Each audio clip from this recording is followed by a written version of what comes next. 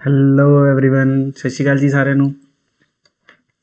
ਅੱਜ ਦਾ ਇੰਪੋਰਟੈਂਟ ਰਹੇਗਾ ਸੈਸ਼ਨ ਜੋ ਅਸੀਂ ਕਰਨ ਜਾ ਰਹੇ ਹਾਂ ਐਂਡ ਵੈਰੀ ਇੰਪੋਰਟੈਂਟ ਹੈ ਹਰ ਇੱਕ ਐਗਜ਼ਾਮ ਦੇ ਲਈ, ਨੋਟ ਈਵਨ ਕਿ ਇਹ ਪੰਜਾਬ ਐਗਜ਼ਾਮ ਦੇ ਲਈ ਇੰਪੋਰਟੈਂਟ ਹੈ। ਹਰ ਇੱਕ ਐਗਜ਼ਾਮ ਦੇ ਅੰਦਰ यूपीएससी ਦੇ ਅੰਦਰ ਵੀ ਇੰਪੋਰਟੈਂਟ ਰਹੇਗਾ, पीपीएससी ਦੇ ਅੰਦਰ ਵੀ ਇੰਪੋਰਟੈਂਟ ਰਹੇਗਾ, even any other state exam, ਕਿਸੇ ਵੀ ਸਟੇਟ ਦਾ ਲੈ ਲਓ, ਕਿਸੇ ਵੀ ਸੈਂਟਰ ਦਾ ਐਗਜ਼ਾਮ ਲੈ ਲਓ, ਉਹਦੇ ਵਿੱਚ ਇਹ ਵਾਲਾ ਪਾਰਟ ਸਭ ਤੋਂ ਜ਼ਿਆਦਾ ਇੰਪੋਰਟੈਂਟ ਰਹਿਣ ਵਾਲਾ ਹੈ। ਅੱਜ ਦੇ ਪਾਰਟ ਦੇ ਵਿੱਚ ਜੋ ਅਸੀਂ ਕਰਾਂਗੇ ਡਿਸਕਸ਼ਨਸ, ਉਹ ਆਪਣੀਆਂ ਰਹਿਣਗੀਆਂ ਇਕਨੋਮੀ ਸਰਵੇ ਰਹੇਗਾ ਤੇ ਬਜਟ ਰਹੇਗਾ। ਸਭ ਤੋਂ ਪਹਿਲਾਂ ਮੇਰਾ ਇੱਕ ਛੋਟਾ ਜਿਹਾ ਕੁਐਸਚਨ ਹੈ। ਕੁਐਸਚਨ ਇਹ ਹੈ ਕਿ ਜਿਹੜਾ ਇਕਨੋਮਿਕ ਸਰਵੇ ਹੈ, ਜਿਹੜਾ ਆਪਣਾ ਇਕਨੋਮਿਕ ਸਰਵੇ ਹੈ, ਉਹਨੂੰ ਪਬਲਿਸ਼ ਕੌਣ ਕਰੇਗਾ? ਇਕਨੋਮੀ ਸਰਵੇ ਹੈ ਜਿਹੜਾ ਆਪਣਾ, ਇਹਨੂੰ ਪਬਲਿਸ਼ ਕੌਣ ਕਰਦਾ ਹੈ ਜੀ? ਇਹਨੂੰ ਪਬਲਿਸ਼ ਕਰਨ ਦਾ ਕੰਮ ਕੌਣ ਕਰਦਾ ਹੈ? ਐਂਡ ਇਹ ਪਬਲਿਸ਼ ਕੀਤਾ ਜਾਂਦਾ ਹੈ ਪਬਲਿਸ਼ਡ ਬਾਏ ਕਿਹਦੇ ਤੋਂ? CEA। ਇਹ ਕੌਣ ਹੈ ਜੀ? ਇਹਨਾਂ ਦਾ ਨਾਮ ਹੈ chief economic adviser. Chief economic adviser ਜਿਹੜੇ ਰਹਿੰਦੇ ਨੇ, ਇਹ ਕੀ ਕਰਦੇ ਆ? ਇਕਨੋਮੀ ਸਰਵੇ ਨੂੰ ਪਬਲਿਸ਼ ਕਰਦੇ ਨੇ। ਠੀਕ ਹੈ, ਇਹਦੇ ਵਿੱਚ ਇੰਪੋਰਟੈਂਟ ਕੀ ਹੈ? What is economy survey? ਕੀ ਹੁੰਦਾ ਹੈ ਇਕਨੋਮਿਕ ਸਰਵੇ? ਕੀ ਹੁੰਦਾ ਹੈ? ਇਹਦਾ ਮਤਲਬ ਹੁੰਦਾ ਹੈ ਕਿ ਆਪਣਾ ਜੋ ਕਰੰਟ ਫਾਈਨੈਂਸ਼ੀਅਲ ਈਅਰ ਗਿਆ, ਕਿਹੜਾ 2021 ਤੇ 2022 ਦਾ, 2021 ਤੇ 2022 ਦਾ ਉਹਦਾ ਜਿਹੜਾ ਫਾਈਨਲ ਡਾਟਾ ਸੀਗਾ ਸਾਡੇ ਕੋਲ ਆ ਗਿਆ। ਕਹਿਣ ਦਾ ਮਤਲਬ ਇੱਕ ਤਰ੍ਹਾਂ ਦਾ ਰਿਪੋਰਟ ਕਾਰਡ ਆ ਗਿਆ 2021 ਤੇ 22 ਦਾ। ਜੋ ਅਸੀਂ ਪਿਛਲੇ ਸਾਲ ਦੇ ਬਜਟ ਦੇ ਵਿੱਚ ਚੀਜ਼ਾਂ ਨੂੰ ਸੋਚਿਆ ਸੀ, ਚੀਜ਼ਾਂ ਨੂੰ ਐਕਸਪੈਕਟ ਕੀਤਾ ਸੀਗਾ ਕਿ ਉਹ ਚੀਜ਼ਾਂ ਅਸੀਂ, ਇੱਕ ਸੈਕਿੰਡ ਵੇਟ ਕਰੋ ਪਲੀਜ਼, ਇਹ ਬਾਹਰ ਚਲਾ ਜਾਵੇ ਫਿਰ ਉਸ ਤੋਂ ਬਾਅਦ ਕਰ।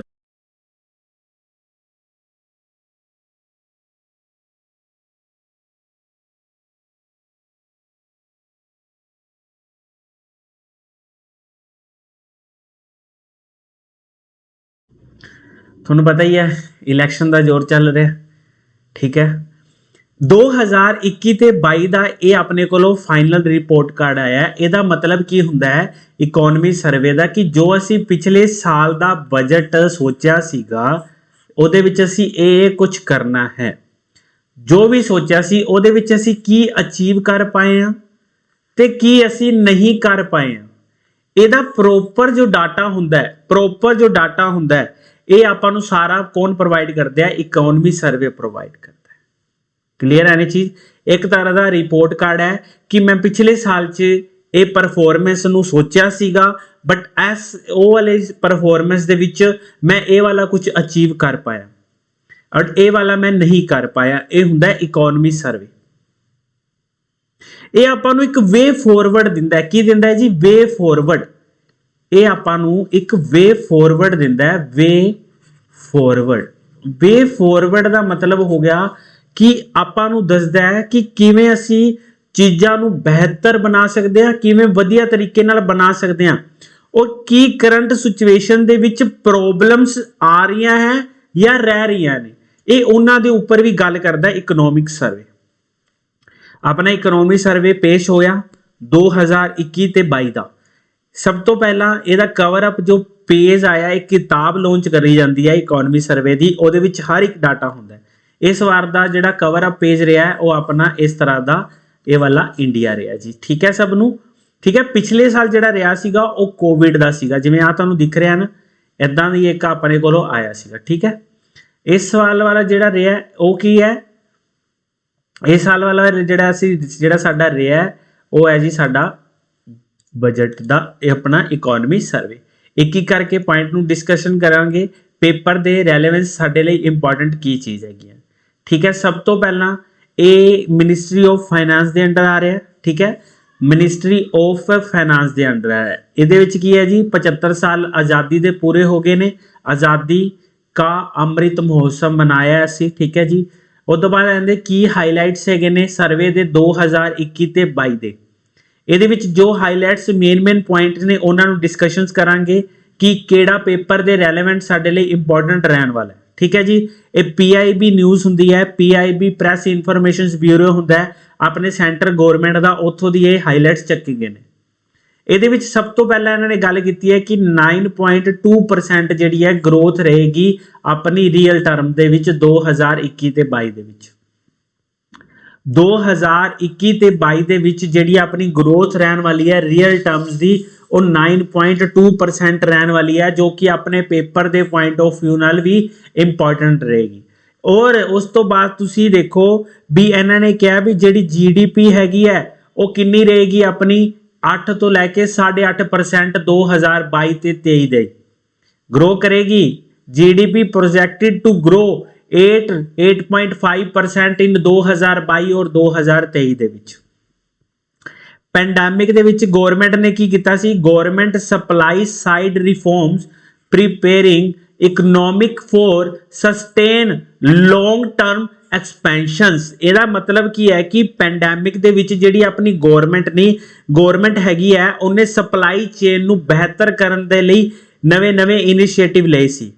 ਇਹਦਾ ਮਤਲਬ ਕੀ ਹੈਗਾ ਕਿ ਦੇਸ਼ ਦੇ ਅੰਦਰ ਜੋ ਪ੍ਰੋਡਕਟ ਬਣ ਰਿਹਾ ਹੈ, ਜੋ ਦੇਸ਼ ਦੇ ਅੰਦਰ ਪ੍ਰੋਡਕਟ ਬਣ ਰਿਹਾ ਹੈ ਉਹਦੀ ਸਪਲਾਈ ਚੇਨ ਵਾਸਤੇ ਜੋ ਦਿੱਕਤ ਆ ਰਹੀਆਂ ਨੇ, ਫੈਕਟਰ ਆਫ ਪ੍ਰੋਡਕਸ਼ਨ ਦੀ ਗੱਲ ਕਰਨੇ ਆਪਾਂ ਇਹਦੇ ਵਿੱਚ, ਠੀਕ ਹੈ। ਫੈਕਟਰ ਆਫ ਪ੍ਰੋਡਕਸ਼ਨ ਦੇ ਵਿੱਚ ਜੋ ਦਿੱਕਤ ਆ ਰਹੀਆਂ, ਫੈਕਟਰ ਆਫ ਪ੍ਰੋਡਕਸ਼ਨ ਵਾਸਤੇ 5 ਫੈਕਟਰਸ ਹੁੰਦੇ ਨੇ, ਲੈਂਡ, ਲੇਬਰ, ਕੈਪੀਟਲ, ਠੀਕ ਹੈ। ਇਦਾਂ ਦੇ 5 ਫੈਕਟਰ ਹੁੰਦੇ ਨੇ ਜੋ ਕਿ ਆਪਣੇ ਪ੍ਰੋਡਕਸ਼ਨ ਜਾਂ ਫੈਕਟਰ ਆਫ ਪ੍ਰੋਡਕਸ਼ਨ ਦੇ ਵਿੱਚ ਇੰਪੋਰਟੈਂਟ ਪਾਰਟ ਆਪਣਾ ਪਲੇ ਕਰਦੇ ਨੇ।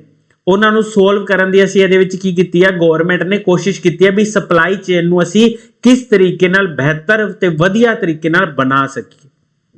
ਉਸ ਤੋਂ ਬਾਅਦ ਇੱਕ ਆ ਵਰਡ ਆ ਰਿਹਾ ਜੀ capex grow by 13.5% during April and November 2021। Capex ਦਾ ਕੀ ਮਤਲਬ ਹੈ? ਇਹਦਾ ਮਤਲਬ ਹੁੰਦਾ ਕੈਪੀਟਲ ਐਕਸਪੈਂਡੀਚਰ। ਕੈਪੀਟਲ ਐਕਸਪੈਂਡੀਚਰ ਮਤਲਬ ਦੇਖੋ ਤੁਸੀਂ ਸਭ ਤੋਂ ਪਹਿਲਾਂ ਇਹ ਸਮਝੋ ਕਿ ਜਿਹੜਾ ਸਾਡਾ ਬਜਟ ਆਂਦਾ ਹੈ, ਜਿਹੜਾ ਸਾਡਾ ਬਜਟ ਆਂਦਾ ਹੈ ਉਹ ਦੋ ਚੀਜ਼ਾਂ ਦੇ ਬੇਸ ਦੇ ਉੱਪਰ ਦੇਖਿਆ ਜਾਂਦਾ। ਕਿਹੜਾ? ਇੱਕ ਤਾਂ ਦੇਖਦੇ ਹਾਂ ਜੀ ਅਸੀਂ ਕੈਪੀਟਲ ਦੇ ਬੇਸ ਤੇ, ਇੱਕ ਅਸੀਂ ਦੇਖਦੇ ਹਾਂ ਰਿਵੈਨਿਊ ਦੇ ਬੇਸ ਤੇ। ਯਾਨੀ ਕਿੰਨਾ ਪੈਸਾ ਸਾਡੇ ਕੋਲ ਆ ਰਿਹਾ ਹੈ ਤੇ ਕਿੰਨਾ ਪੈਸਾ ਸਾਡੇ ਕੋਲੋਂ ਜਾ ਰਿਹਾ ਹੈ। ਜਿਹੜਾ ਪੈਸਾ ਆਏਗਾ ਉਹ ਆਪਣਾ ਕਿਹਦੇ ਵਿੱਚ ਰਹੇਗਾ, ਰਿਵੈਨਿਊ ਦੇ ਵਿੱਚ। ਜਿਹੜਾ ਪੈਸਾ ਜਾਏਗਾ ਉਹ ਆਪਣਾ ਰਹੇਗਾ ਕੈਪੀਟਲ ਦੇ ਵਿੱਚ। ਉਵੇਂ ਹੈ ਤੁਸੀਂ ਘਰ ਦਾ ਬਜਟ ਤਿਆਰ ਕਰਦੇ ਹੋ ਆਪਣਾ, ਉਹਦੇ ਵਿੱਚ ਕਿਵੇਂ ਕਰਦੇ ਹੋ ਵੀ ਕਿੰਨਾ ਪੈਸਾ ਤੁਹਾਡੇ ਕੋਲ ਹੈਗਾ, ਕਿੰਨਾ ਪੈਸਾ ਤੁਸੀਂ ਲਗਾ ਰਹੇ ਹੋ। ਇਸੇ ਤਰੀਕੇ ਨਾਲ ਅਸੀਂ ਆਪਣੇ ਘਰ ਦਾ ਬਜਟ ਤਿਆਰ ਕਰਦੇ ਹਾਂ, ਕਿੰਨਾ ਪੈਸਾ ਮੇਰੇ ਕੋਲ ਹੈ, ਕਿੰਨਾ ਪੈਸਾ ਮੈंने लगाना है। ਇਸੇ ਤਰੀਕੇ ਨਾਲ ਦੇਸ਼ ਦਾ ਵੀ ਬਜਟ ਆਪਣਾ ਤਿਆਰ ਹੁੰਦਾ ਹੈ, ਠੀਕ ਹੈ। ਐਸੇ ਤਰੀਕੇ ਨਾਲ ਆਪਣਾ ਦੇਸ਼ ਦਾ ਵੀ ਬਜਟ ਤਿਆਰ ਹੁੰਦਾ ਹੈ। ਜਿਹੜਾ ਇਹ ਰੈਵਨਿਊ ਹੈ ਇਹ ਅੱਗੋਂ ਦੋ ਸਬ ਪਾਰਟ ਦੇ ਵਿੱਚ ਡਿਵਾਈਡ ਹੁੰਦਾ ਹੈ। ਇੱਕ ਤਾਂ ਹੁੰਦਾ ਹੈ ਰਿਸਿਟ, ਇੱਕ ਹੁੰਦਾ ਜੀ ਐਕਸਪੈਂਡੀਚਰ। ਇੱਕ ਹੁੰਦਾ ਹੈ ਇੱਥੇ ਆਪਾਂ ਲਿਖ ਲੈਂਦੇ ਹਾਂ ਰੈਵਨਿਊ ਜਿਹੜਾ ਹੁੰਦਾ ਆਪਣੇ ਕੋਲੋਂ ਦੋ ਤਰੀਕੇ ਨਾਲ ਆਉਂਦਾ ਜੀ। ਇੱਕ ਆਉਂਦਾ ਰਿਸਿਟ ਦਾ, ਇੱਕ ਆਉਂਦਾ ਐਕਸਪੈਂਡੀਚਰ ਦਾ। ਇਹਦਾ ਮਤਲਬ ਕੀ ਹੁੰਦਾ ਹੈ ਕਿ ਜੋ ਪੈਸਾ ਆਪਣੇ ਕੋਲੋਂ ਆ ਰਿਹਾ ਹੈ, ਜੋ ਪੈਸਾ ਸਰਕਾਰ ਦੇ ਕੋਲੋਂ ਆ ਰਿਹਾ ਹੈ ਉਹ ਰਿਸਿਟ ਦੇ ਵਿੱਚ ਜਾਂਦਾ, ਜੋ ਖਰਚਾ ਹੁੰਦਾ ਹੈ ਉਹ ਐਕਸਪੈਂਡੀਚਰ ਦੇ ਵਿੱਚ ਆਉਂਦਾ ਹੈ। ਹੁਣ ਸਰਕਾਰ ਦੀ ਅਗਰ ਅਸੀਂ ਕਮਾਈ ਦੀ ਗੱਲ ਕਰਦੇ ਹਾਂ ਵੀ ਜਿਹੜੀ ਸਾਡੀ ਗਵਰਨਮੈਂਟ ਹੈ ਉਹ ਕਿਸ ਤਰੀਕੇ ਨਾਲ ਉਹਨੂੰ ਪੈਸਾ ਮਿਲਦਾ ਹੈ, ਤਾਂ ਸਰਕਾਰ ਨੂੰ ਪੈਸਾ ਮਿਲਦਾ ਦੋ ਤਰੀਕੇ ਦੇ ਨਾਲ। ਇੱਕ ਤਾਂ ਟੈਕਸ ਤੋਂ ਮਿਲਦਾ ਹੈ ਜੀ, ਇੱਕ ਮਿਲਦਾ ਹੈ ਨੌਨ ਟੈਕਸ ਤੋਂ ਇਹਨਾਂ ਨੂੰ ਪੈਸਾ ਮਿਲਦਾ ਹੈ।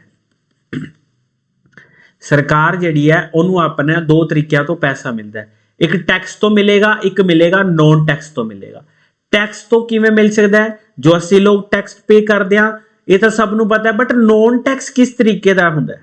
ਨੌਨ ਟੈਕਸ ਕਿਸ ਤਰੀਕੇ ਦਾ ਹੁੰਦਾ ਹੈ? ਜਿਵੇਂ ਕਿ ਸਰਕਾਰ ਕੀ ਕਰਦੀ ਹੈ, ਜੋ ਉਹਨਾਂ ਨੇ ਲੋਨ ਵੰਡੇ ਹੁੰਦੇ ਨੇ ਉਹਨਾਂ ਤੇ ਮੰਨ ਲਓ ਇੰਟਰਸਟ ਲੈਂਦੀ ਹੈ ਜੀ, ਪ੍ਰੋਫਿਟ ਲੈਂਦੀ ਹੈ ਕਿਸੇ ਚੀਜ਼ ਤੋਂ, ਗ੍ਰਾਂਟ ਮਿਲ ਗਈ। ਗ੍ਰਾਂਟ ਦਾ ਮਤਲਬ ਹੁੰਦਾ ਹੈ ਕਿ ਜੋ ਸਾਨੂੰ ਪੈਸਾ ਮਿਲਿਆ ਸਾਡੀ ਹੈਲਪ ਦੇ ਵਾਸਤੇ ਉਹ ਅਸੀਂ ਪੈਸਾ ਵਾਪਿਸ ਨਹੀਂ ਕਰਨਾ ਹੁੰਦਾ। ਸਾਡੇ ਦੇਸ਼ ਨੂੰ ਗ੍ਰਾਂਟ ਮਿਲਦੀ ਹੈ ਫੋਰਨ ਤੋਂ, ਕੋਈ WHO ਦੇ ਦਿੰਦਾ ਹੈ, WTO ਦੇ ਦਿੰਦਾ ਹੈ, ਜਿਵੇਂ ਕਿ ਆਪਣਾ ਵਰਲਡ ਬੈਂਕ ਦੇ ਦਿੰਦਾ ਹੈ। ਇਹ ਆਪਾਂ ਨੂੰ ਜੋ ਗ੍ਰਾਂਟ ਦੇਣਗੇ ਅਸੀਂ ਉਹ ਵਾਪਸ ਨਹੀਂ ਕਰਨੀ ਹੈ, ਸਿਰਫ ਸਾਡੀ ਹੈਲਪ ਵਾਸਤੇ ਆਈ ਹੁੰਦੀ ਹੈ। ਇਹ ਸਰਕਾਰ ਦੀ ਸਾਰੀ ਕੀ ਹੁੰਦੀ ਹੈ, ਇਨਕਮ ਹੁੰਦੀ ਹੈ। ਸਰਕਾਰ ਦੀ ਸਾਰੀ ਕੀ ਹੁੰਦੀ ਹੈ, ਇਨਕਮ ਹੁੰਦੀ ਹੈ। ਹੁਣ ਉਸ ਤੋਂ ਬਾਅਦ ਸਰਕਾਰ ਦਾ ਖਰਚਾ ਕੀ ਹੁੰਦਾ ਹੈ, ਸਰਕਾਰ ਐਕਸਪੈਂਡੀਚਰ ਵੀ ਕਰਦੀ ਹੈ, ਪੈਸਾ ਖਰਚ ਵੀ ਕਰਦੀ ਹੈ। ਜਿਵੇਂ ਕਿ ਉਹਨੇ ਕੀ ਕਰਨਾ, ਇਹਦੇ ਵਿੱਚ ਇਨਵੈਸਟਮੈਂਟ ਨਹੀਂ ਹੁੰਦੀ, ਗਵਰਨਮੈਂਟ ਕੀ ਕਰਦੀ ਹੈ, ਇਨਵੈਸਟਮੈਂਟ ਨਹੀਂ ਕਰਦੀ। ਇਹਦੇ 'ਚ ਮੰਨ ਲਓ ਕਿਵੇਂ ਐਕਸਪੈਂਡੀਚਰ ਦੇ ਵਿੱਚ ਕੀ ਹੋ ਗਿਆ, ਸਬਸਿਡੀ ਦੇ ਦਿੱਤੀ, ਇਹ ਸਰਕਾਰ ਦੇ ਖਰਚੇ ਦੇ ਵਿੱਚ ਆ ਗਈ। ਸੈਲਰੀ ਦੇਣਾ, ਸੈਲਰੀ ਦੇਣਾ, ਪੈਨਸ਼ਨ ਦੇਣਾ, ਪੈਨਸ਼ਨ ਦੇਣਾ। ਈਵਨ ਆਪਣਾ ਇੰਡੀਆ ਵੀ ਜਿਹੜੇ ਆਪਣੇ ਤੋਂ ਛੋਟੇ ਦੇਸ਼ ਨੇ ਉਹਨਾਂ ਨੂੰ ਗ੍ਰਾਂਟ ਦਿੰਦਾ ਹੈ, ਇਹ ਕਦੇ ਵਾਪਿਸ ਨਹੀਂ ਆ ਸਕਦਾ। ਇਹ ਚੀਜ਼ਾਂ ਇਹ ਸਾਡੀਆਂ ਕੀ ਨੇ, ਐਕਸਪੈਂਡੀਚਰ ਨੇ। ਕਿਹੜੀਆਂ, ਰਿਵੈਨਿਊ ਐਕਸਪੈਂਡੀਚਰ। ਇਹ ਕੀ ਹੈ, ਰਿਵੈਨਿਊ ਰਿਸਿਪਟ। ਇਸੇ ਤਰੀਕੇ ਨਾਲ ਆਪਣਾ ਬਜਟ ਤਿਆਰ ਕੀਤਾ ਜਾਂਦਾ, ਜਿਹੜੀ ਕਿ ਦੋਨੋਂ ਚੀਜ਼ਾਂ ਨੂੰ ਬੈਲੈਂਸ ਦੇਖਿਆ ਜਾਂਦਾ ਹੈ ਵੀ ਰਿਵੈਨਿਊ ਕਿੰਨਾ ਹੈ ਤੇ ਕੈਪੀਟਲ ਕਿੰਨਾ ਹੈ। ਜੋ ਆ ਐਕਸਪੈਂਡੀਚਰ ਕਰਦੇ ਆ ਇਹਦਾ ਸਾਨੂੰ ਕੋਈ ਫਾਇਦਾ ਨਹੀਂ ਹੈ, ਇਹਦਾ ਸਾਨੂੰ ਕੋਈ ਫਾਇਦਾ ਤਾਂ ਨਹੀਂ ਹੈ, ਸਰਕਾਰ ਨੂੰ ਕੋਈ ਫਾਇਦਾ ਨਹੀਂ ਹੈ। ਇੱਥੋਂ ਸਰਕਾਰ ਨੂੰ ਪੈਸਾ ਆਉਣ ਵਾਲਾ ਨਹੀਂ ਹੈ, ਇੱਥੋਂ ਦੀ ਪੈਸਾ ਸਾਡਾ ਜਾਏਗਾ, ਇੱਥੋਂ ਦੀ ਸਾਡਾ ਪੈਸਾ ਹੈ ਜਿਹੜਾ ਉਹ ਕੀ ਹੈ, ਜਾਏਗਾ, ਪੈਸਾ ਆਏਗਾ ਨਹੀਂ। ਬਟ ਫਿਰ ਵੀ ਸਾਨੂੰ ਇਹ ਕਰਨਾ ਪੈਂਦਾ ਹੈ। ਕਿਉਂ? ਕਿਉਂਕਿ ਅਸੀਂ ਵੈਲਫੇਅਰ ਚਾਹੁੰਦੇ ਹਾਂ। ਅਸੀਂ ਕੀ ਚਾਹੁੰਦੇ ਹਾਂ, ਵੈਲਫੇਅਰ ਹੋਣਾ ਚਾਹੀਦਾ ਹੈ। ਉਸੇ ਤਰੀਕੇ ਨਾਲ ਜਦੋਂ ਬਜਟ ਨੂੰ ਬਣਾਇਆ ਜਾਂਦਾ, ਰਿਵੈਨਿਊ ਤੇ ਕੈਪੀਟਲ ਦੋਨਾਂ ਨੂੰ ਬਰਾਬਰ ਦੇਖਿਆ ਜਾਂਦਾ ਹੈ। ਠੀਕ ਹੈ, ਰਿਵੈਨਿਊ ਦੇ ਵਿੱਚ ਪੈਸਾ ਕਿੱਥੇ ਆਊਗਾ, ਰਿਸਿਪਟ ਦੇ ਵਿੱਚ ਆਊਗਾ। ਖਰਚਾ ਕਿੱਥੇ ਆਊਗਾ, ਐਕਸਪੈਂਡੀਚਰ ਦੇ ਵਿੱਚ ਜਾਊਗਾ। ਠੀਕ ਹੈ, ਉਸੇ ਤਰ੍ਹਾਂ ਆਪਣੇ ਕੋਲੋਂ ਕੈਪੀਟਲ ਜਿਹੜਾ ਹੁੰਦਾ ਹੈ ਇਹ ਵੀ ਦੋ ਤਰੀਕੇ ਨਾਲ ਦੇਖਦੇ ਆ, ਇੱਕ ਤਾਂ ਦੇਖਦੇ ਆ ਰਿਸਿਪਟ ਦੇ ਨਾਲ, ਇੱਕ ਦੇਖਦੇ ਆ ਐਕਸਪੈਂਡੀਚਰ ਦੇ ਨਾਲ। ਜਿਹੜਾ ਐਕਸਪੈਂਡੀਚਰ ਹੈ ਇਹਦਾ ਮਤਲਬ ਕੀ ਹੈ, ਸਰਕਾਰ ਜਿਹੜਾ ਪ੍ਰੋਫਿਟ ਅਰਨ ਕਰਦੀ ਹੈ, ਜੋ ਪ੍ਰੋਫਿਟ ਅਰਨ ਕਰਦੀ ਹੈ। ਮਤਲਬ ਸਰ ਜੇ ਮੰਨ ਲਓ ਕੋਈ ਲੋਨ ਦੇ ਉੱਪਰ ਕੀ ਕਰਦੀ ਹੈ, ਸਰਕਾਰ ਇੰਟਰਸਟ ਦੇ ਰਹੀ ਹੈ। ਠੀਕ ਹੈ, ਲੋਨ ਦੇ ਉੱਪਰ ਇੰਟਰਸਟ ਦੇ ਰਹੀ ਹੈ। ਕੋਈ ਅਸੀਂ ਕੈਪੀਟਲ ਵਾਸਤੇ ਇਨਫਰਾ ਬਣਾ ਦਿੱਤਾ ਗਿਆ, ਕਹਿਣ ਦਾ ਮਤਲਬ ਹੈ ਇਹ ਜਿਹੜਾ ਪੈਸਾ ਖਰਚ ਕੀਤਾ ਜਾਏਗਾ ਐਕਸਪੈਂਡੀਚਰ ਦਾ, ਇੱਥੋਂ ਕੀ ਆਏਗਾ, ਇੱਥੇ ਸਰਕਾਰ ਨੂੰ ਇਨਕਮ ਜਾਂ ਫਿਰ ਇੱਥੇ ਸਰਕਾਰ ਨੂੰ ਪ੍ਰੋਫਿਟ ਹੋਏਗਾ।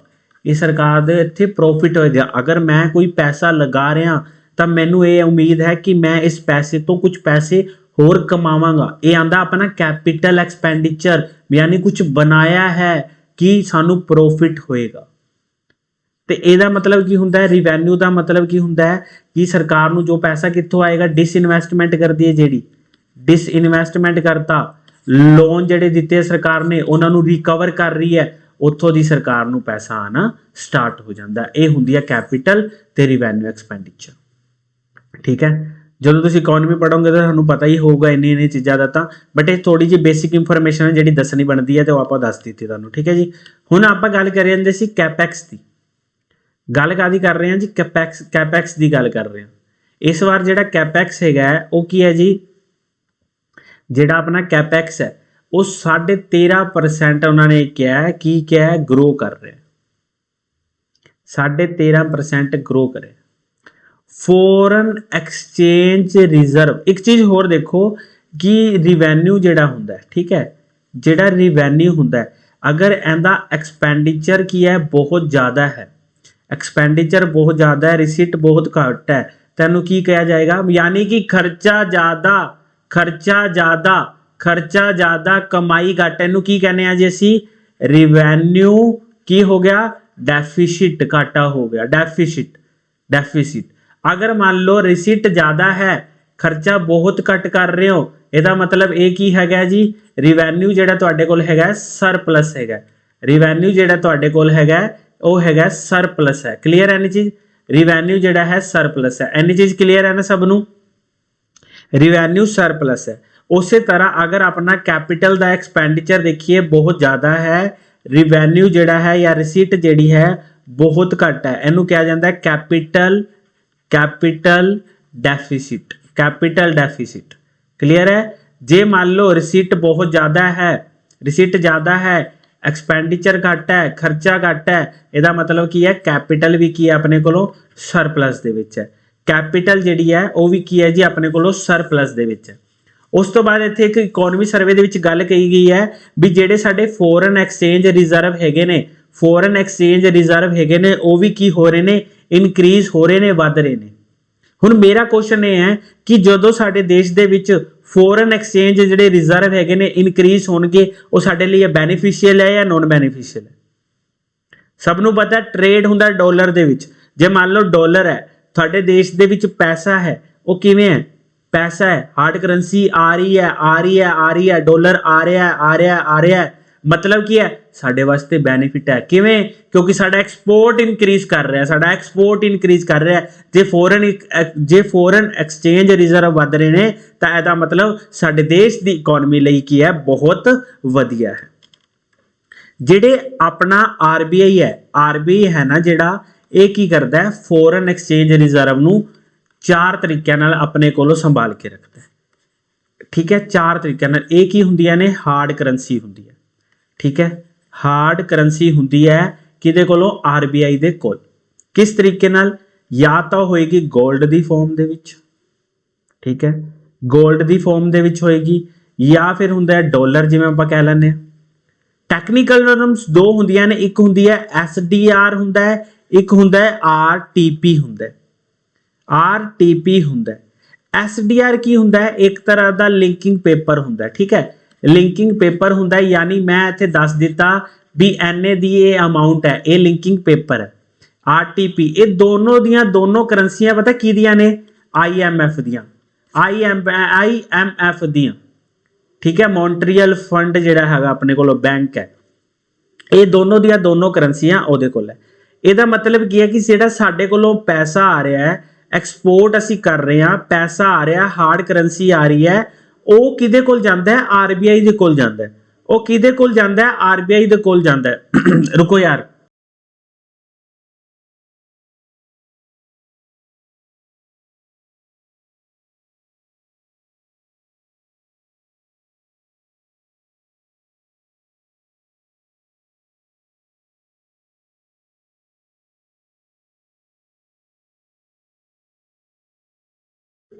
हाँ जी अपने कोल की है पेपर ये की हुंदा है एसडीआर जिहड़ा हुंदा है एक तरह का पेपर दे उत्ते लिखिया हुंदा है ठीक है आईएमएफ कोल इन्नी पावर नहीं है कि अपनी वो करंसी छाप सकती है बट इन्हें की कीता साडी हैल्प दे लई एक लिंकिंग पेपर बनाया है इन्हें की कहा कि हर एक देश नूं कहा भी एसडीआर मन्ने पैणगे एसडीआर तुहानूं मन्नना पएगा ठीक है भी एदे थ्रू भी तुसीं एक्सपोर्ट ते इंपोर्ट कर सकदे हो सप्लाई कर सकदे हो आरटीपी की हुंदा है रिजर्व पोजीशनस हुंदियां ने रिजर्व पोजीशनस हुंदियां ने ਇਹਦਾ मतलब की है कि ਜਿਹੜੇ ਦੇਸ਼ आईएमएफ ਦੇ ਮੈਂਬਰ ਨੇ ਜਿਹੜੇ ਦੇਸ਼ आईएमएफ ਦੇ ਮੈਂਬਰ ਨੇ ਉਹਨਾਂ ਨੂੰ ਕੁਝ ਪੈਸਾ ਆਪਣੇ ਕੋਟਾ ਦੇ ਹਿਸਾਬ ਦੇ ਨਾਲ ਸਰਕਾਰ ਨੂੰ ਕੈਸ਼ ਦੀ ਫਾਰਮ ਦੇ ਵਿੱਚ ਜਮ੍ਹਾਂ ਕਰਵਾਉਣਾ ਪੈਂਦਾ ਠੀਕ ਹੈ ਜੋ ਸਰਕਾਰ ਨੂੰ ਜਮ੍ਹਾਂ ਕਰਾਉਣਾ ਪੈਂਦਾ ਉਹਨੂੰ ਕਹਿੰਦੇ ਆ ਆਰਟੀਪੀਆਰ ਫੋਰਨ ਠੀਕ ਹੈ ਇਹਦੇ ਵਿੱਚ ਹੁਣ ਸਮਝ ਆ ਗਿਆ ਵੀ ਜਿਹੜੇ ਸਾਡੇ ਫੋਰਨ ਐਕਸਚੇਂਜ ਵੱਧ ਰਹੇ ਨੇ ਇਨਕਰੀਜ਼ ਹੋ ਰਹੇ ਨੇ ਤਾਂ ਕੀ ਹੋ ਰਿਹਾ ਹੈ 골ਡ ਡਾਲਰ ਐਸਡੀਆਰ ਤੇ ਆਰਟੀਪੀ ਵੱਧ ਰਿਹਾ ਹੈ ਠੀਕ ਹੈ ਇਹ ਚੀਜ਼ ਸਮਝ ਆ ਰਹੀ ਹੈ ਨਾ ਸਭ ਨੂੰ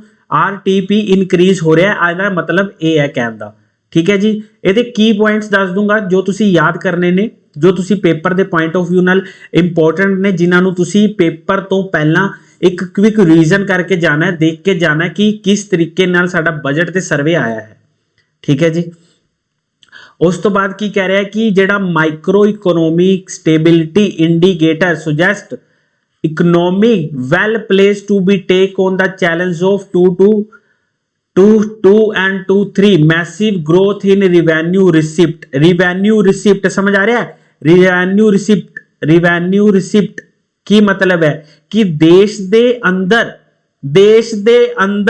रिवेन्यू रिसिप्ट की हो रहा है देश दे अंदर रिवेन्यू रिसिप्ट इनक्रीज हो रहा हुण समझ आ रही है ना गल नूं भी पहला किस वजह नाल समझाया सी इहनूं रिवेन्यू रिसिप्ट है जिहड़ा इनक्रीज हो रहा है मतलब सर टैक्स ते नॉन टैक्स जिहड़े है इत्थे इनक्रीज होने स्टार्ट हो चुके हैं देश दे अंदर टैक्स ते नॉन टैक्स की है जी स्टार्ट हो चुके ने ठीक है उस तो बाद की कह रहा है सोशल सैक्टर मतलब कि सर्विसेज ਜਿਹੜੀਆਂ ਹੈਗੀਆਂ ਨੇ सर्विसेज ਹੈਗੀਆਂ ਨੇ ਉਹ ਕੀ ਹੋਈਆਂ ਨੇ ਉਹ ਵੀ ਇਨਕਰੀਜ਼ ਹੋਈਆਂ ਨੇ सर्विसेज ਜਿਹੜੀਆਂ ਨੇ ਉਹ ਕੀ ਹੋ ਰਹੀਆਂ ਨੇ ਇਨਕਰੀਜ਼ ਹੋਈਆਂ ਨੇ ठीक है ਆਪਣੀਆਂ ਜਿਹੜੀਆਂ ਸਰਵਿਸ ਨੇ ਇਨਕਰੀਜ਼ ਹੋ ਰਹੀਆਂ ਹੈ ਇੰਨੀ ਜੀ ਸਭ ਨੂੰ ਸਮਝ ਆ ਰਹੀ ਹੈ ਇੰਨੀ ਚੀਜ਼ ਸਭ ਨੂੰ ਸਮਝ ਆ ਰਹੀ ਹੈ ਉਸ ਤੋਂ ਬਾਅਦ ਕਹਿੰਦਾ with the revival of economic employment indicator bounce back to pre-pandemic level during last quarter of 2021 यानी जेड़ी साडी इकोनॉमिक है जेड़ी साडी इकोनॉमी है ਉਹ ਰਿਵਾइव हो रही है, साडी इकोनॉमी रिवाइव हो रही है, मतलब इंप्लॉयमेंट वापिस आ रही है, इंप्लॉयमेंट जनरेट हो रही है। ठीक है, इंप्लॉयमेंट की हो रही है, जनरेट हो रही है, एंड साडा इंपोर्ट ते जो एक्सपोर्ट है वो भी इनक्रीज हो रहा है। इतों समझ आ रहा है कि साडे देश की इकोनॉमी इस टाइम बहुत वधिया तरीके दे नाल चल रही है। इवन कि वर्ल्ड बैंक ने भी कह दिता है, वर्ल्ड बैंक ने भी एक रिपोर्ट आई सी, उहदे च उन्हें भी कह दिता है कि अपने देश की इकोनॉमी आने वाले टाइम तक बहुत जल्दी रिकवर कर चुकेगी दूजे देशों के नालों, दूजे देशों के नालों साडे देश की जिहड़ी इकोनॉमी है बहुत जल्दी रिवाइव करेगी। यानी जिहड़े बैंक के क्रेडिट एक्सेलरेट हो रहे हैं 9.2%, 9.2% बैंक के क्रेडिट है जिहड़े एक्सेलरेट हो रहे हैं। ठीक है जी, इन्नी चीज सबनों समझ आ गई है। उस तो बाद असीं देखते हैं किहड़ा पॉइंट इंपॉर्टेंट है। हाँ जी, उस तो बाद कह रहा है साडे लई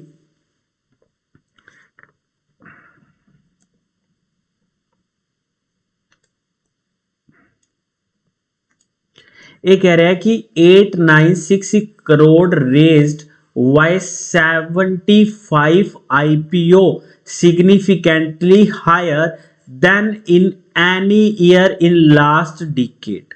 ਇਹਦਾ मतलब ਕੀ है कि 896,000 करोड़ IPO ਜਿਹੜੇ ਹੈਗੇ ਆ ਦੇਸ਼ ਦੇ ਉਹ ਰੇਜ਼ ਹੋਏ ਨੇ, ਨਵੇਂ ਸਟਾਰਟਅਪ ਜਿਹੜੇ ਹੈ ਪ੍ਰੋਵਾਈਡ ਕਰਵਾਏ ਜਾ ਰਹੇ ਨੇ।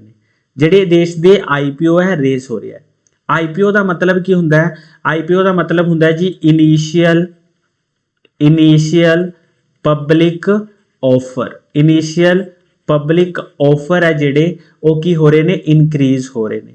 ਮੰਨ ਲਓ IPO ਹੁੰਦਾ ਹੈ ਕਿ ਜਦੋਂ ਕੋਈ ਨਵੀਂ ਸਟਾਰਟਅਪ ਕੰਪਨੀ ਹੈ, ਨਵੀਂ ਸਟਾਰਟਅਪ ਕੰਪਨੀ ਹੈ ਆਪਣੇ ਮਾਰਕੀਟ ਦੇ ਵਿੱਚ ਸ਼ੇਅਰ ਨੂੰ ਕੀ ਕਰਨਾ ਚਾਹੁੰਦੀ ਹੈ, ਸ਼ੇਅਰ ਹੀ ਕਰਨਾ ਚਾਹੁੰਦੀ ਹੈ।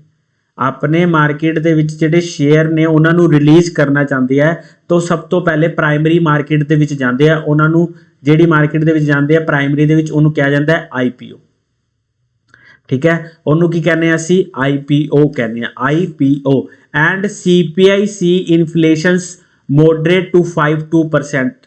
मतलब ਤੁਸੀਂ ਇੱਕ ਚੀਜ਼ ਸੁਣੋ, ਇਹ ਕੀ ਕਹਿ ਰਿਹਾ ਵੀ ਜਿਹੜਾ ਕੰਜ਼ਿਊਮਰ ਪ੍ਰਾਈਸ ਇੰਡੈਕਸ ਹੈ ਕੰਬਾਈਨਡ ਉਹ ਕੀ ਹੋ ਰਿਹਾ ਜੀ, ਉਹ ਕੀ ਹੋ ਰਿਹਾ 5-2% ਹੋ ਰਿਹਾ। ਫੂਡ ਇਨਫਲੇਸ਼ਨ ਇਸ ਵਾਰੀ ਲੋ ਰਿਹਾ ਆਪਣਾ। ਠੀਕ ਹੈ, ਫੂਡ ਇਨਫਲੇਸ਼ਨ यानी महंगाई ਜਿਹੜੀ ਹੈ ਆਪਣੀ ਐਵਰੇਜ यानी ਸਲੋ ਰਹੀ ਹੈ। ठीक है जी, एग्रीकल्चर ग्रोथ ਜਿਹੜੀ ਹੈਗੀ ਹੈ ਉਹ 3.9% ਰਹੀ ਹੈ 2021 ਤੇ 22 ਦੇ ਵਿੱਚ।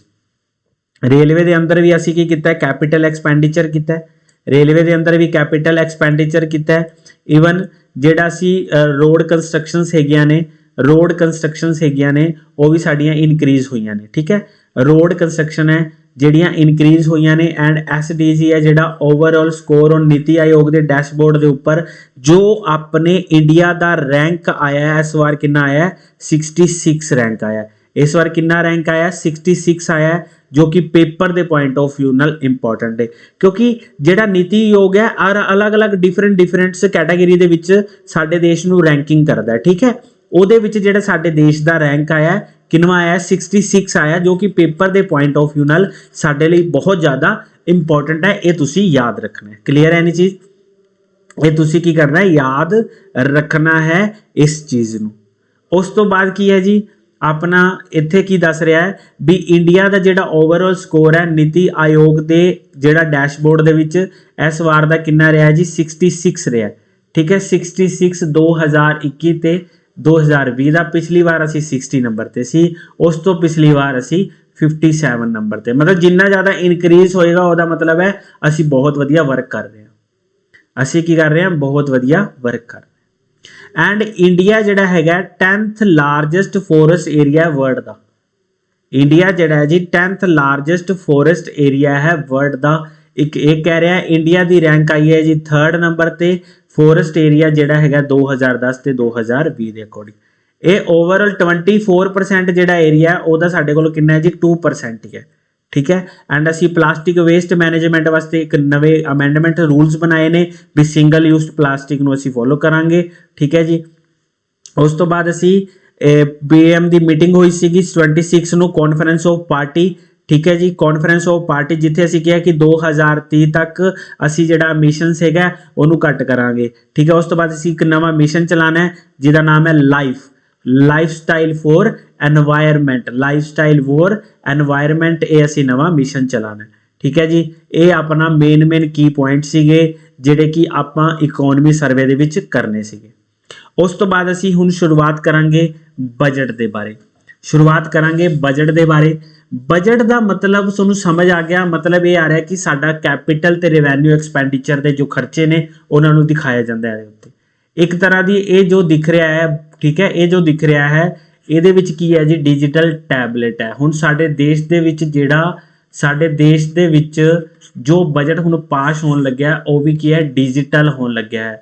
मतलब असी डिजिटलाइजेशन नूं हुण प्रमोट करन लगे हां जी, जिहड़ा साडा डिजिटलाइजेशन हैगा उहनूं प्रमोट करते हैं।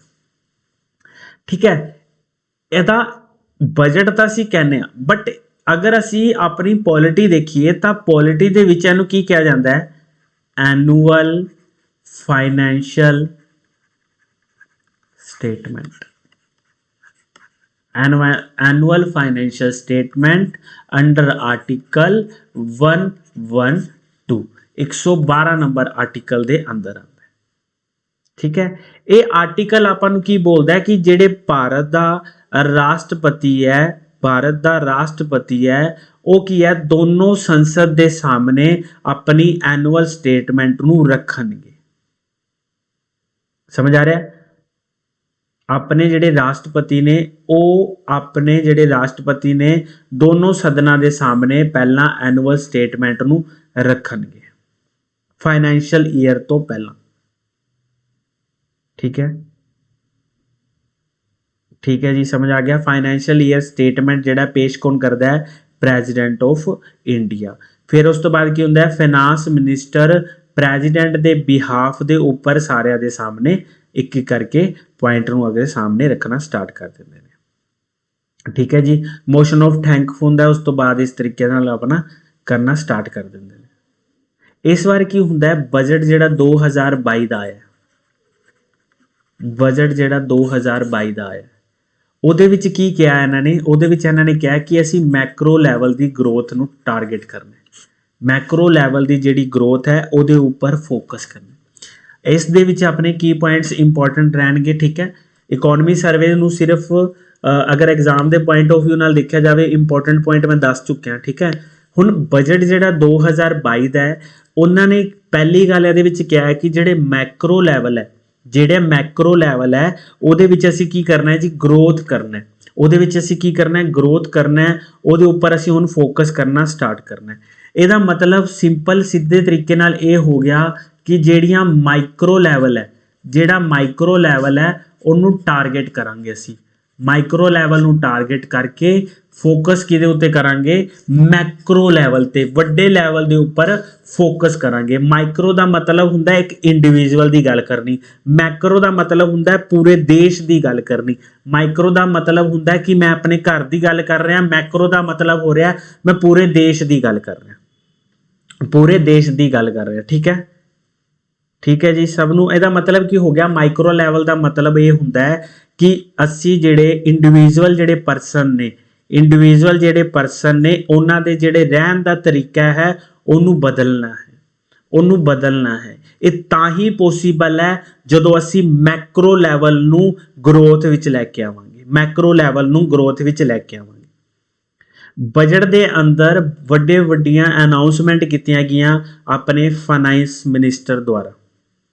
इन्हां ने एक अनाउंसमेंट ये कीती, इन्हां ने कहा कि जिहड़ी साडी प्रोडक्टिविटी है, प्रोडक्टिविटी है या प्रोडक्शन है या फिर फैक्टर ऑफ प्रोडक्शन ही समझो तुसी, या सप्लाई है। ठीक है, प्रोडक्शन समझो या प्रोडक्टिविटी है, इनू असी लिंक करांगे लिंक्ड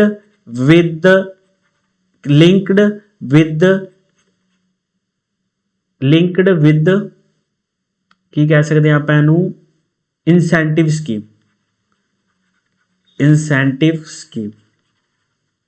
यानी जो साडा सप्लाई चेन है, जो साडी प्रोडक्शन है, उन्होंने लिंक करांगे असी ਇਨਸੈਂਟਿਵ ਸਕੀਮ ਦੇ ਨਾਲ। ਮਤਲਬ ਸਰ ਮਤਲਬ ਇਹ ਹੈ ਕਿ ਇਸ ਸਕੀਮ ਦੇ ਅੰਦਰ ਸਰਕਾਰ ਸਾਨੂੰ, ਅਗਰ ਅਸੀਂ ਪ੍ਰੋਡਕਸ਼ਨ ਨੂੰ ਇਨਕਰੀਜ਼ ਕਰਾਂਗੇ, ਸਪਲਾਈ ਨੂੰ ਬਿਹਤਰ ਕਰਾਂਗੇ, ਉਹਦੇ ਵਿੱਚ ਸਰਕਾਰ ਸਾਨੂੰ ਬੈਨੀਫਿਟ ਦੇਗੀ। ਬੈਨੀਫਿਟ ਕੀ ਦੇ ਸਕਦੀ ਹੈ? ਸਾਨੂੰ ਬੈਨੀਫਿਟ ਇਹ ਦੇਣਗੇ ਕਿ ਤੁਹਾਨੂੰ ਛੂਟ ਮਿਲ ਰਹੀ ਹੈ ਜੀ, ਤੁਹਾਨੂੰ ਛੂਟ ਮਿਲ ਰਹੀ ਹੈ ਕਿਹਦੇ ਵਿੱਚ?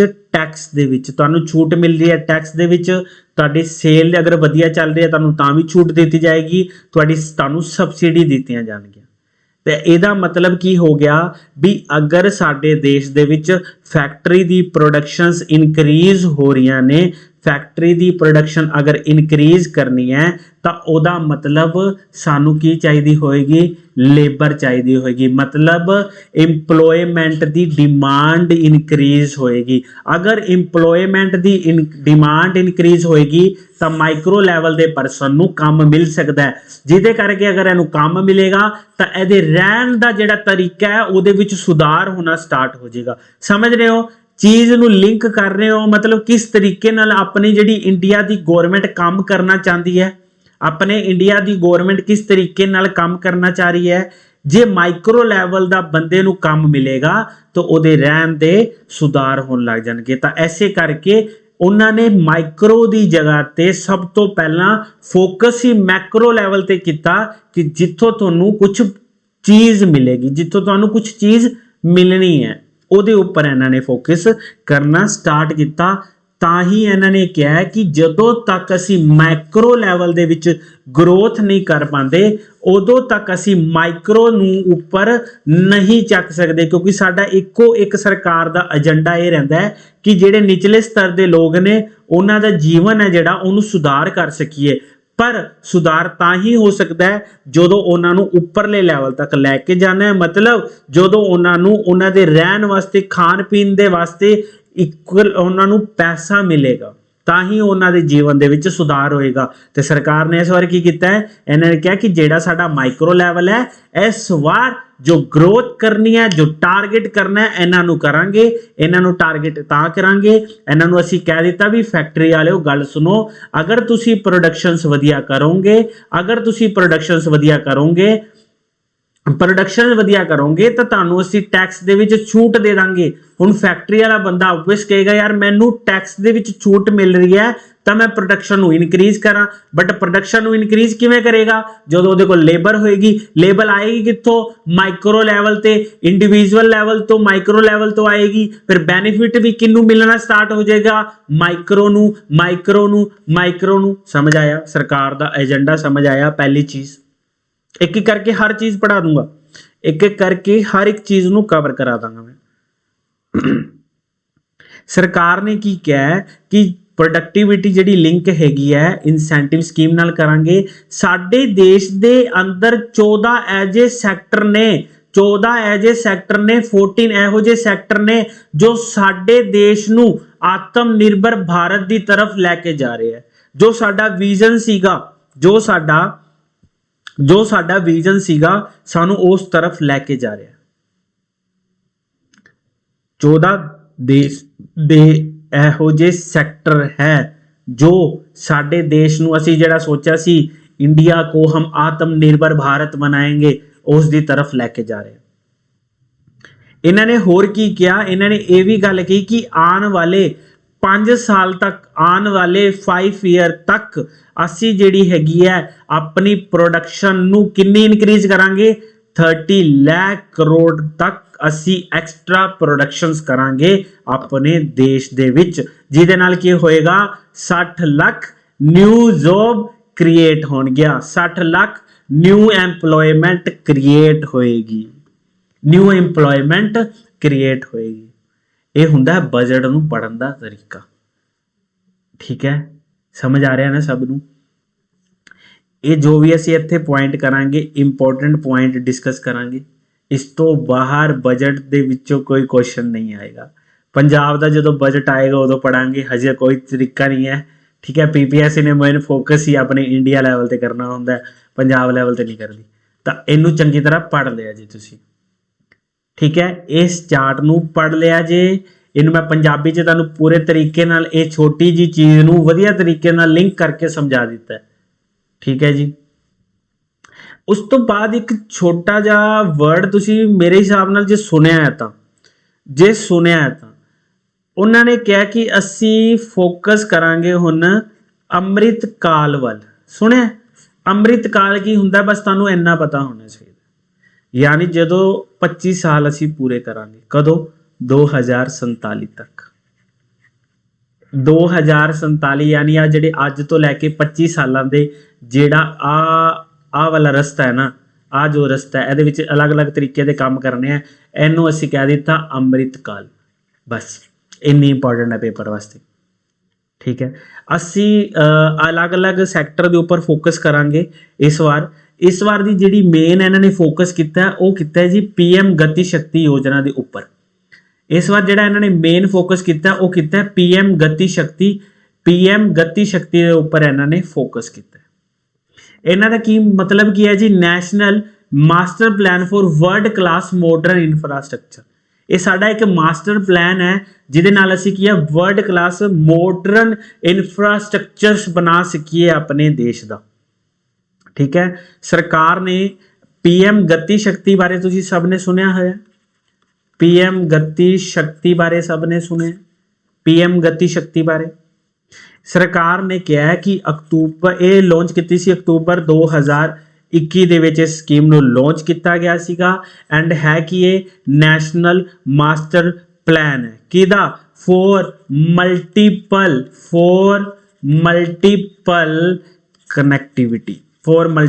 ਕਨੈਕਟੀਵਿਟੀ। ਦੇਖੋ PM ਗਤੀ ਸ਼ਕਤੀ ਜਿਹੜੀ ਯੋਜਨਾ ਹੈ ਉਹਦਾ ਕੰਮ ਕੀ ਹੈ?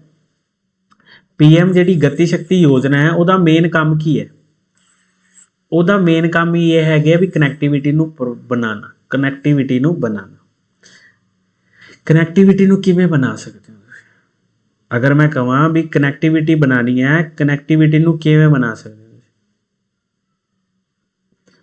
ਜਿਵੇਂ ਕਿ ਅੰਗਰੇਜ਼ਾਂ ਦੇ ਟਾਈਮ ਦੇ ਉੱਪਰ ਸਾਡੇ ਫੈਕਟਰੀਆਂ ਸੀ, ਅਲੱਗ-ਅਲੱਗ ਫੈਕਟਰੀਆਂ ਸੀ। ਇੱਕ ਟਾਈਮ ਤੇ ਆ ਕੇ ਇਹ ਕੀ ਹੋ ਗਿਆ, ਇਹਨਾਂ ਦਾ ਜਿਹੜਾ ਗਰੋਥ ਸੀਗਾ ਉਹ ਰੁਕ ਗਿਆ ਸੀ। ਇਹਨਾਂ ਦੀ ਜਿਹੜੀ ਗਰੋਥ ਸੀ ਉਹ ਕੀ ਹੋ ਗਿਆ? ਇੰਪੈਕਟ ਹੋਣ ਲੱਗੀ ਸੀ। ਠੀਕ ਹੈ, ਇਹਨਾਂ ਦੀ ਜਿਹੜੀ ਗਰੋਥ ਸੀ ਇੰਪੈਕਟ ਹੋਣ ਲੱਗੀ ਸੀ। ਫੈਕਟਰੀਆਂ ਦੇ ਵਿੱਚ ਡਿਵੈਲਪਮੈਂਟ ਹੋਣਾ ਰੁਕ ਗਿਆ ਸੀ, ਸਟਕ ਹੋ ਗਿਆ ਸੀ। ਫਿਰ ਇਹਨਾਂ ਨੇ ਕੀ ਕੀਤਾ? ਰੇਲਵੇ ਲਾਈਨ ਨੂੰ ਵਿਛਾਣਾ ਸਟਾਰਟ ਕੀਤਾ ਤਾਂ ਕਿ ਕਨੈਕਟੀਵਿਟੀ ਅਸੀਂ ਬਣਾ ਸਕੀਏ। ਠੀਕ ਹੈ, ਤਾਂ ਉਹੀ ਤਰੀਕੇ ਨਾਲ ਆਪਣੇ PM ਗਤੀ ਸ਼ਕਤੀ ਦੇ ਵਿੱਚ ਕੀ ਕੀਤਾ ਗਿਆ? 7 ਇੰਜਨ ਦੇ ਉੱਪਰ ਫੋਕਸ ਕੀਤਾ ਗਿਆ। 7 ਇੰਜਨਸ ਕਿਹਨੂੰ ਕਿਹਾ ਗਿਆ ਜੀ? Road, railway, port, airport, waterways, logistics. ਇਹ ਸਾਡੇ ਦੇਸ਼ ਦੇ 7 ਇੰਜਨ ਨੇ।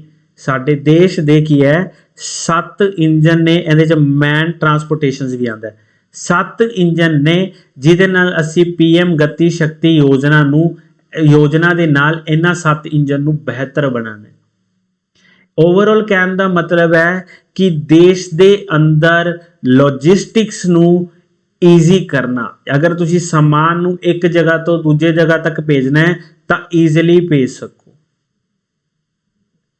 ਮਲਟੀਮੋਡਲ ਪਾਰਕ ਬਣਾਉਣਾ, ਲੌਜਿਸਟਿਕਸ ਪਾਰਕ, ਜਿੱਥੇ ਕੀ ਹੋਵੇ ਉਸ ਤਰੀਕੇ ਦੇ ਪਾਰਕ ਬਣਾਣੇ। ਈਵਨ ਕਿ ਆਪਣੇ ਦੇਸ਼ ਦੇ ਵਿੱਚ ਲਗਭਗ 19 ਤੋਂ ਲੈ ਕੇ 20 ਤੱਕ ਮਲਟੀਮੋਡਲ ਲੌਜਿਸਟਿਕ ਪਾਰਕ ਬਣਨਾ, ਜਿੱਥੇ ਕੀ ਹੋਵੇ ਪੋਰਟ ਵੀ ਆ ਸਕੀਏ, ਵਾਟਰਵੇ ਨਾਲ ਵੀ ਜਾ ਸਕੀਏ, 에ਅਰ ਵੀ ਹੋਵੇ, ਰੇਲਵੇ ਵੀ ਹੋਵੇ, ਰੋਡ ਵੀ ਕਨੈਕਟ ਹੋਵੇ। ਮਲਟੀਮੋਡਲ ਲੌਜਿਸਟਿਕਸ ਪਾਰਕ ਬਣਾਏ ਜਾਣ। ਇਹਨਾਂ ਨੇ ਇਸ ਵਾਰ ਦਾ ਕੀ ਕਿਹਾ ਹੈ ਕਿ ਸਰਕਾਰ ਨੇ ਬੋਲਿਆ ਕਿ ਅਸੀਂ 25,000 ਕਿਲੋਮੀਟਰ ਤੱਕ ਦੀ ਨੈਸ਼ਨਲ ਹਾਈਵੇ 2022-23 ਤੱਕ ਕੰਪਲੀਟ ਕਰ ਦਾਂਗੇ। ਯਾਨੀ ਓਵਰਆਲ ਨੈਸ਼ਨਲ ਹਾਈਵੇ ਨੂੰ ਐਕਸਪੈਂਡ ਕਰਾਂਗੇ। ਰੇਲਵੇ ਦੇ ਅੰਦਰ ਗਵਰਨਮੈਂਟ ਨੇ ਕੀ ਕੀਤਾ ਹੈ? Integration of postal and railway network. Important ਸਾਡੇ ਲਈ ਇਹ ਰਹਿਣ ਵਾਲਾ ਹੈ ਜੀ। One station one product. One station one product. 400 new generation दी वंदे भारत ट्रेन चलाइयां जाणगियां। पर सर इस तो पहला वन स्टेशन वन प्रोडक्ट का मतलब समझाओ। मकसद मेन है, एग्जाम्पल तुहानू याद होएगा, सबने सुनिया होएगा वन नेशन वन कार्ड, एक देश एक कार्ड। उस तरह इन्होंने क्या है, एक स्टेशन एक प्रोडक्ट। हर एक अपने देश दे विच, हर एक स्टेट दे विच कुछ ना कुछ इहो जे लोकल प्रोडक्ट्स ने जिहड़े फेमस। अगर असी उन्हां प्रोडक्ट्स नू इनक्रीज करना है, उन्हां प्रोडक्ट की डिमांड नू इनक्रीज करना है, तो रेलवे उहदे लई इनिशिएटिव्स लेगा। यानी जे आपां गल करिए, गल करो साडे अबोहर दी आपां गल करदे हां, फेमस हैगा किहदे वास्ते, सिट्रस फ्रूट यानी किन्नू दे लई फेमस है, किन्नू दे लई फेमस है। नागपुर की गल करो तो ऑरेंज लई फेमस है। बिहार दे विच असी मुजफ्फरपुर की गल करिए तो लीची लई फेमस है। यानी उस स्टेशन दे विच इन्हां दियां की कीता जाएगा, इन्हां नूं की कीता जाएगा, प्रमोट कीता जाएगा। यानी इस दी ये जिहड़ी तुसी स्टेट दे विच आए हो, इहदी अपनी एक पहचान है, जिहदे नाल की होएगा, सप्लाई चीज इनक्रीज होने लग जाएगी। इस सप्लाई चेन नूं तां ही इनक्रीज कर सकते हो जब तुसी स्टेशन दे उपर फोकस करोगे, ऑडियंस इनक्रीज होएगी, उन्होंने फेमस जो प्रोडक्ट है उनके सामने इंट्रोड्यूस करवाया जाएगा, उहदे सामने की किया जाएगा, इंट्रोड्यूस करवाया जाएगा। ये इनिशिएटिव लेगा वन स्टेशन वन प्रोडक्ट। उस तो बाद सबने सुनिया भारतमाला सागरमाला। भारतमाला सागरमाला ਇਹਦੇ अंदर की किया गया, इन्होंने कहा कि असी मल्टी मॉडल कनैक्टिविटी करांगे urban transport and railway station की। इंपोर्टेंट इस बार रहने वाला है जी नैशनल रोप वे डिवेलपमेंट प्लान। नैशनल रोप वे डिवेलपमेंट प्लान ਇਹਦੇ अंदर की किया जाएगा, 8 असी रोप वे बनावांगे, 8 रोप वे प्रोजेक्ट बनावांगे जिन्हां दी लेंथ होएगी 60 किलोमीटर तक दी। सर ये अंडर आंदा है जी, ये हुण अंदर पता किहदे आंदा है, पर्वतमाला दे। पर्वतमाला, पर्वतमाला दे अंडर आएगा ये प्रोजेक्ट। सबनों क्लीयर है नी चीज, पीएम गति शक्ति तक सैकंड चीज क्लीयर है सबनों, ठीक है। नैक्सट है जी असी एग्रीकल्चर एंड फूड प्रोसैसिंग के उपर भी फोकस किया है, एग्रीकल्चर एंड फूड प्रोसैस के उपर भी फोकस किया। इन्होंने एक गल कही सी भी असी जिहड़ी है MSP देवांगे, MSP देवांगे डिफरेंट डिफरेंट क्रॉप्स के उपर, जिहदे नाल की हो जिहदे नाल की होएगा, क्रॉप जिहड़ी हैगी है, क्रॉप दा की हो जाएगा, डाइवर्सिफिकेशंस, मतलब क्रॉप्स नूं अलग अलग चेंज करके उगाया जाएगा, उन्हां दे उपर असी फोकस करांगे, ठीक है जी। उन्हां दे उपर की करांगे, असी फोकस करना स्टार्ट करांगे। ये इस बार दी स्कीम दे विच किया गया, ठीक है। इहदे विच जो इंपॉर्टेंट पॉइंट है, इहदे विच जो इंपॉर्टेंट पॉइंट है दो ही है। पहला की है जी, पहला की है chemical free natural farming. Chemical free natural farming करांगे असी, ठीक है। कैमिकल फ्री नैचुरल फार्मिंग नू प्रमोट करांगे। दूसरा इन्होंने की क्या है, किसान ड्रोन यूज करांगे असी, किसान ड्रोन्स दा। ਇਹਦਾ मतलब ਇਹਦਾ की काम होएगा, पेस्टिसाइड इंसैक्टिसाइड बैक्टीरिया का छिड़काव वगैरह करने वास्ते किसान ड्रोन का यूज करांगे, ठीक है। किसान ड्रोन का यूज करांगे, ये अपने पेपर के लिए इंपॉर्टेंट। कहने तो बड़ा कुछ कहते हैं, इन्होंने क्या promote chemical free natural farming and use of किसान ड्रोन्स, ये अपने पेपर के लिए जरूरी पॉइंट ने। उस तो बाद इन्होंने MSME लिए फोकस भी किया है, MSME के उपर भी फोकस किया है। सरकार ने इन्होंने की कहा कि असी ना तुहानू एक्सट्रा पैसा देवांगे, एक्सट्रा पैसा दिता जाएगा MSME नू, क्योंकि सरकार नू ये लगता है कि इस very important engine of growth है। MSP है जिहड़े वेरी इंपॉर्टेंट इंजन है ग्रोथ दे। तो इन्होंने एक ये स्कीम लॉन्च की है जिसका नाम है जी RAMP। RAMP का मतलब है rising and accelerating MSME performance, MSME performance with outlay of 60,000 crores over 5 years, 60,000 crore रुपए इस स्कीम ते लगाए जाएंगे। इंटरलिंक कर दिता इन्होंने उद्यम ई श्रम नू, ठीक है, उद्यम ते ई श्रम नू इंटरलिंक कर दिता। बट RAMP स्कीम किदे अंडर किदी है जी, MSME दी है, ठीक है, MSME दी है। उस तो बाद हैल्थ दे लिए की किया गया है, हैल्थ दे उपर भी फोकस किया है। इन्होंने की किया कि national health ecosystem national health ecosystem होएगा, ये अंडर ही की होएगा जो साडे हैल्थ कार्ड बने ने ये अंडर लिंक किए जाएंगे। दूसरा इन्होंने स्पैशली इस बार फोकस किया national tele mental health programme, यानी कि मैंटल हैल्थ के उपर इन्होंने स्पैशली फोकस किया है क्योंकि कोविड की पैंडैमिक के करके बहुत ज़्यादा लोगों के उपर मैंटल इफेक्ट पिया है, जिदे करके उन्होंने मान लो कारोबार वगैरह जिन्हों के भी होया इस बार मैंटल हैल्थ के उपर ज़्यादा फोकस किया गया, ठीक है। इन्होंने एक गल की है भी जेडे 2 लाख आंगनवाड़ी है उन्होंने अपग्रेड करके सक्षम आंगनवाड़ी बनाया जाएगा, सक्षम आंगनवाड़ी बनाया जाएगा, क्योंकि इन्होंने अपनी नैशनल एजुकेशन जी पॉलिसी आई है 2020 ਉਹਦੇ ਵਿੱਚ भी इंपॉर्टेंट रोल प्ले किया, ठीक है जी। उस तो बाद PM गति शक्ति योजना ये अंदर ना एक होर है, एक मिनट रुको, ये शायद स्लाइड दे विच होना चाहिए,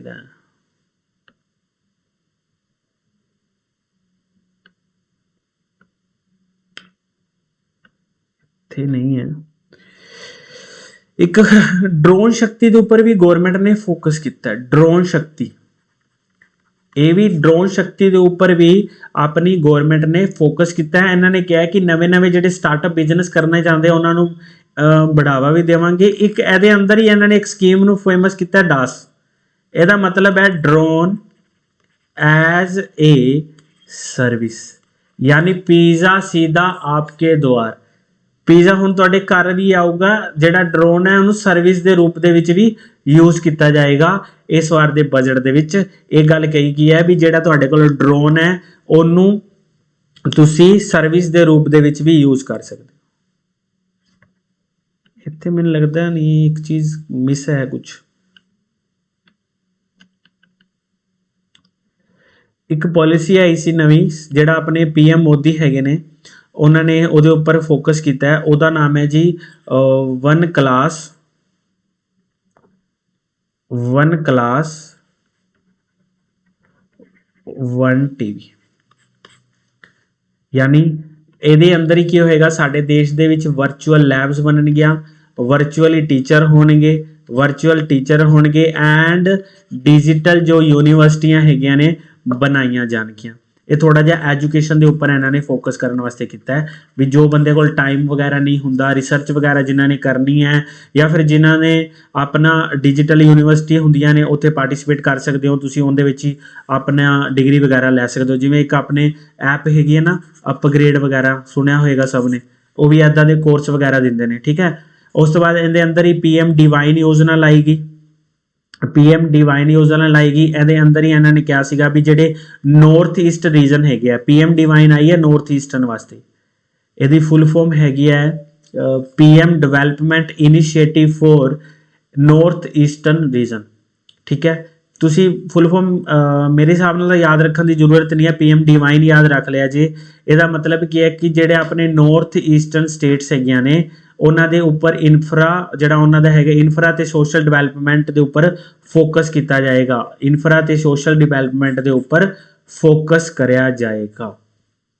एंड उन्होंने एक गल होर भी कही है भी जेडे अपने बॉर्डर विलेज हैगे ने उन्होंने की बनाया जाएगा, वाइब्रेंट विलेज बनाया जाएगा, वाइब्रेंट विलेज बनाया जाएगा। ऐसे नाल एक पासपोर्ट दे विच चिप लगी होएगी, ठीक है, पासपोर्ट भी अपने डिजिटल ही बन जाएंगे। ये अपने एक बजट का, ठीक है, बजट ते इकोनॉमी सर्वे सीगा जिन्ना कि पेपर के लिए इंपॉर्टेंट सीगा, ठीक है जी। सो आई होप कि सब नूं वधिया लग्या होएगा, ठीक है जी। सो ऑल दी बेस्ट सारिआं नूं, थैंक यू।